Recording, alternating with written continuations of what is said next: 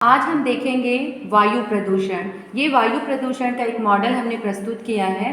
सबसे पहले वायु प्रदूषण जानने से पहले हम प्रदूषण क्या है, प्रदूषक क्या है, इसको जान लेते हैं। तो ये जो धुएं निकल रहे हैं ये प्रदूषक का कार्य कर रहे हैं। क्यों?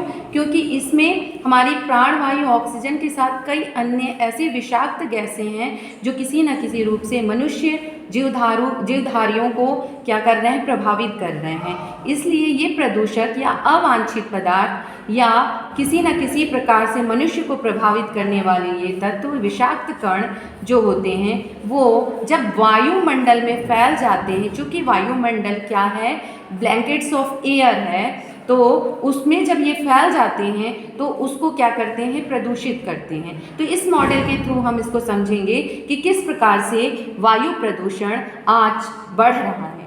तो यहाँ पर हमने जो देखा कि यह इंडस्ट्रियल एरियाज़ हैं और ये क्या है, मोटरसाइकिल या बाइक हैं। आज जनसंख्या वृद्धि होने के साथ हर एक घर में क्या है, मोटर बाइक या कार हैं जो कि जीवाश्म ईंधनों से चल रही हैं। ये जीवाश्म ईंधनें क्या हैं, जब ये गैस छोड़ती हैं या धुएं छोड़ती हैं तो विषाक्त कणों को उत्पन्न करती हैं। विषाक्त गैसें होती हैं जैसे carbon monoxide, sulphur dioxide, nitrous oxide गैसें होती हैं जो कि क्या करती हैं, ग्लोबल वार्मिंग को बढ़ावा देती हैं। इसके साथ ही साथ ये इन सभी का रोल जो होता है वो एसिड रेन में होता है।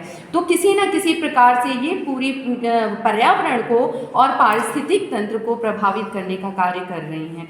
तो बड़े बड़े जो औद्योगिकीकरण, शहरीकरण हो रहे हैं उसमें वायु प्रदूषण को बहुत ज़्यादा प्रभावित किया जा रहा है, क्योंकि इनकी चिमनियों से निकलता हुआ ये जो धुआं होता है, विषाक्त धुआं या प्रदूषक, वो लगभग पृथ्वी पर पाए जाने वाले सभी पदार्थों पर क्या करता है, दुष्प्रभाव डालता है। इसका बुरा इफेक्ट होता है सब पर। तो इस प्रकार से ये जब इंडस्ट्रियल एरिया में, जब इंडस्ट्री में किसी भी पदार्थ को, कोई भी रसायन या कोई भी ऐसा पदार्थ जब ये प्रोड्यूस किया जाता है, तो ये जब प्रोड्यूस करता है तब भी धुओं के थ्रू जिनकी चिमनियों से निकलता है जो वायुमंडल को प्रदूषित कर रहा है। इसके साथ ही साथ जब इसके वेस्टेज जो होते हैं, इंडस्ट्रियल वेस्ट, ये वेस्ट भी कहीं ना कहीं बहुत ज़्यादा वो कई प्रकार के प्रदूषण को बढ़ावा देते हैं। जैसे ये इंडस्ट्रियल वेस्ट को जब नदियों में बहाया जाता है तो ये क्या होता है, वाटर पॉल्यूशन को देते हैं। इसके अलावा ये क्या करते हैं,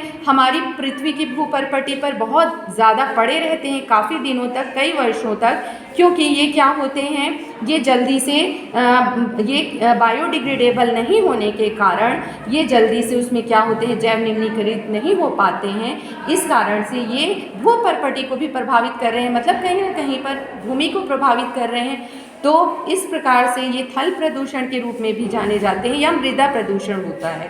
तो इस मॉडल के थ्रू हम ये शो करना चाहते हैं कि यो जनसंख्या वृद्धि होने के साथ साथ, औद्योगिकीकरण बढ़ने के साथ साथ क्या हो रहा है कि हमारा जो वातावरण, वायुमंडल है, वो बहुत ज़्यादा प्रदूषित हो रहा है। तो इसके निराकरण के लिए मनुष्य को कम से कम ये कदम उठाना चाहिए कि अपने आसपास पार्क जैसे एरिया को विकसित करना चाहिए, ताकि ये जो वनाच्छादित जो भूमि है, एरिया हैं, इस प्रकार के प्रदूषकों को रोकने में अपनी महत्वपूर्ण भूमिका निभाएं। इसलिए हम सभी आज मिलकर ये शपथ या प्रण लेते हैं कि कोशिश करते हैं जितनी ज़्यादा हो सके हम वनों को आगे लाएं, पेड़ पौधों को बहुत लगाएं। कम से कम हर साल 2-2 या 4-4 पौधों को हम क्या करें, बचाएं।